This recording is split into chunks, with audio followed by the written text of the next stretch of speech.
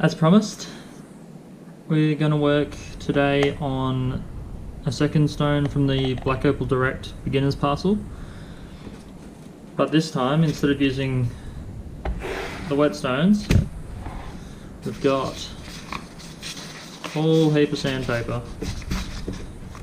So if I flip them over, basically it goes from 80 grit all the way through to 1200. And my last video with the wet stones was a lot more detailed, so today I'm actually going to go through this one and try to keep the video fairly short. Mainly because my internet is so slow, it took me 2 days to upload the last one because it was 30 minutes long. So I aim for closer to half that time for this opal, I think. So yeah, looking at it, it's a fairly small stone. The top of it here is just some really black potch, a bit of clear see-through kind of crystal opal on the top there. It's got a little bit of colour in the tip here, but I'm going to grind that away and we're just going to try to get some colour on this potch. It might end up, looking at the potch, being a bit of a unusual shape, but we'll see how it goes. Reposition my light a bit. So yeah, maybe a pretty small, it might be a nice cab shape, nice oval, but I don't know, it might end up being a bit of a weird shape. I just want to retain as much of the opal as possible and see what kind of shape we come to. We'll let the opal do the talking. But yeah, so we're going to start out on the 80 grit, and the basic gist with all of these pieces of sandpaper is going to be exactly the same. I'm just going to have the opal, bit of water in a bottle, basically wetting the opal in a patch of the sandpaper, and just like the whetstone thing, you're going from a really coarse grit to remove the bulk of your opal and work your way up. So it takes away the opal really quickly. I haven't actually started this process on sandpaper before. I normally do a little bit on the whetstone just to give it an even shape, because I am worried that this 80 grit, I mean, you can feel how rough it is. The 80 grit does have a chance of chipping away at the opal. I mean, I've had opals chip away at, mainly because they were crazed, and the crazing always weakens the outer surface of the opal a fair bit. But even on like 180 grit, which is far less as coarse as this, even that can chip away at the opal. So you've got to be pretty gentle with this one. And if I just give it a quick rub here, it's quite a bit louder than using a whetstone. But yeah, that's about it. I'm gonna grind this one down to just remove all of that rough outer bit on this sandpaper. I might drop down, but if I do, I'll let you know. Yeah, we'll just get rid of the outer crust first and see what we've actually got in this opal. Doing this grinding, it's become pretty obvious that the opal's it's got this clear crystal section over in this half of it, and then the black potch is over here. There's some good colour on the bottom of that potch, on top of that potch, but there's also some really good colour in this crystal here, a lot of greens. So what I'm actually going to do is cut this in half. Now that's something you obviously can't do with sandpaper, so I am going to use the rotary tool just quickly and basically slice through. There's a huge sandy inclusion right in the middle, right between the two different halves. So I'm basically going to use that as my guide and just cut straight through that sand spot so I can round it off and get rid of it, and keep all the black potch on one half and then keep all of that crystal on the other half, and then we'll try to get a nice colourful black opal on one half and then a really bright green crystal opal on the other half. So yeah, that's the plan. And then I'll just clean up the edges of both of them and I'll be back. Success! So cut that single piece into these two little pieces. So you can see here in my right hand, managed to get this nice crystal opal. It's got a little bit of colour to it. I'll have to switch cameras to get a zoomed in version of this towards the end. So yeah, there's that one, and then there's this one, which is mainly just a whole heap of potch, but it does have some speckling of colour, but the potch is kind of, it's not a flat piece of potch. There's bits that go, I mean, all of this bottom is potch, and then it shoots up here, and it makes a mess of the colour bar, so it's next to impossible to get anything out of at this point in time. So I'm just going to polish it up like it is, just as an example for this video. I'll polish this one up at the same time as well. So yeah, from the one stone we've got one dark stone, which will just be a specimen piece, and one crystal, which we should be able to get something half decent out of, but I mean, we're talking about these stones being a couple mils each. Yeah, it's like 3 by 4 mil, and a little bit bigger one over here, but also one that doesn't show a lot of colour. A note on the sandpaper, so this is still the 80 grit, I haven't moved off it, but one thing that's good with sandpaper that whetstones can't do is, so I started grinding right here in the middle, and you can see here there's the wet area that I've been working at. So this here actually probably feels like, if I compare it to another piece of sandpaper, that center bit probably feels about the same as a 240 grit. So the 80 actually turns into a 240 when you get towards, well, when you've ground away at it for a while. I mean, that might even be, I'm just trying to compare it with some other ones, but it's wet, so it's a little bit difficult. It might even be a 400, somewhere between 240 and 400 grit.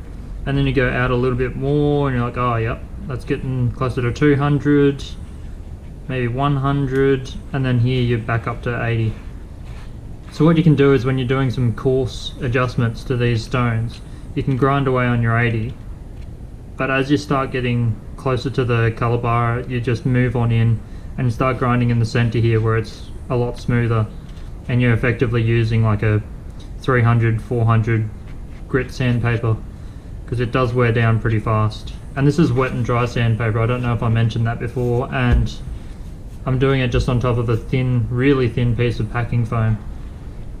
You don't want it to be too spongy, because then your opal kind of starts getting a lot of rounded edges basically everywhere, and if you don't want that, then it's a little bit of a pain. But you also don't want to just do it on the raw table, because then you'll scratch away the table. So yeah, at this point, because this goes all the way down to like a, it is probably about a 400.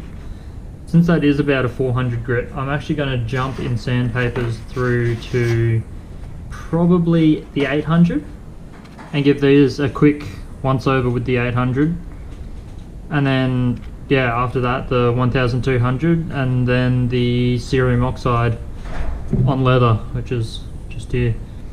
But I'll update if there's anything interesting going on with either of these two stones. I don't think there will be. I'll just get it down to, I mean, it's just the same process again. I'll get it down to the cerium, show you what it looks like just before the cerium oxide, and then we'll attack it with the cerium oxide for a bit. There are a couple imperfections in both of these. This one's got a couple sandy spots around the edge, which I'll probably get rid of anyway. It's got a dark patch as well, which, yeah, for some reason is fairly deep, and it's kind of like a shadow or a burn kind of look, but yeah, it goes in too deep for me to get rid of. The stone's small enough already as it is. And then this one here, I'm just going to polish up the outer side just as a specimen. But yeah, I'll come back after that. Okay, well, lessons have been learnt. So if I can get a 5-cent coin for comparison, this is how small those two opals are. And because of this size, polishing has been basically impossible. My fingers are too big to be able to get a grip on this and actually polish it to any reasonable extent. It just kept slipping around, and with the paste it was really hard. So I'm actually going to have to bail on these at this point. I might go back later and hit them with the rotary tool to polish them up, just out of interest. So I use this felt tip cerium oxide, the same cerium oxide I use when I'm doing it by hand on leather. But yeah, these things are too small. So anyone doing the sandpaper method at home, try not to get anything smaller than the face of the coin on a 5-cent coin. This one here is more polishable, but there's not a lot of colour that I can get a hold of to polish in the first place, and it's so uneven that rubbing it on a flat leather cerium oxide strip is just not working out so well. Just because it's basically flat. It doesn't have a lot of give in it, and it can't get into all these grooves. I mean, that's just the back, so that's not important. But even just like some of the grooves that you get in sandpaper is too much for it. So you can see there, I've got a bit of a polish on some of the more raised edges. But yeah, that's a problem with doing it by the leather method as well. Leather and cerium oxide method. If your stone doesn't have a surface that's curved, well, what is it? Convex, not concave. So this is a concave surface with a little bit of a divot in the middle here. But in order to get a good polish doing it on a flat surface like this, it needs to at least be concave, like like a boulder opal here. So like that. As long as the high point is in the center of the stone, you can attack every surface. But on these, just because of how uneven they are and how weirdly I've cut them with the sandpaper, yeah, polishing is a tough ask when it's so small. Both of these are borderline too small for me to be able to polish using my fingers. This one, however, I think I will revisit if I can zoom in a bit more and get it to focus on it. This one actually does have a little bit of promise in that right up against that black potch, even though it's really uneven, you can see that there's a flash of colour here, there's some green colour and some blue colour underneath this grayer potch here, and that's where the black potch comes shooting up again. So I am thinking that I might go at this one with a rotary tool and just try to get rid of all of these middle patches and see if there's colour underneath it. Worst case scenario, there's nothing there and I've just ground it down further. Best case scenario, I might actually get a surface where there's a bit of colour on top of that potch. And so zoomed in here, you can see how the sandpaper's cut a bit of a groove in there, probably because there was a bit of an impurity that I was attacking. Must have been some inclusions on the surface there that I attacked more in the center and not towards the outer edge. But yeah, unfortunately, nowhere near as exciting as the one I did on the whetstones. But you can use either method, they both come to the same thing. I'm sure if I had the other stone and was using the sandpaper method, it would have worked perfectly fine. And these would have been just as impossible to finish on the whetstones as well. So yeah, unfortunate, disappointing result, but that's how you do it with sandpaper, exactly the same as whetstones. The method in general, each of those pieces of paper costs $1.50 Australian, maybe up to $2, somewhere between there. And I used three different grits, ranging from the 80 through to 1200. And then once again, you're using the same cerium oxide on leather as you were in the previous method. So yeah, hopefully that can help some people. If you are doing it by the sandpaper or the whetstone method, in both cases, try not to get anything that's going to be this small. I chose this piece of rough thinking that I might keep it in one piece, but once I cut it in half, yeah, it became impossible really. So yeah, unfortunate, but that's how it goes with Opal. You never know. So yeah, see you in the next one.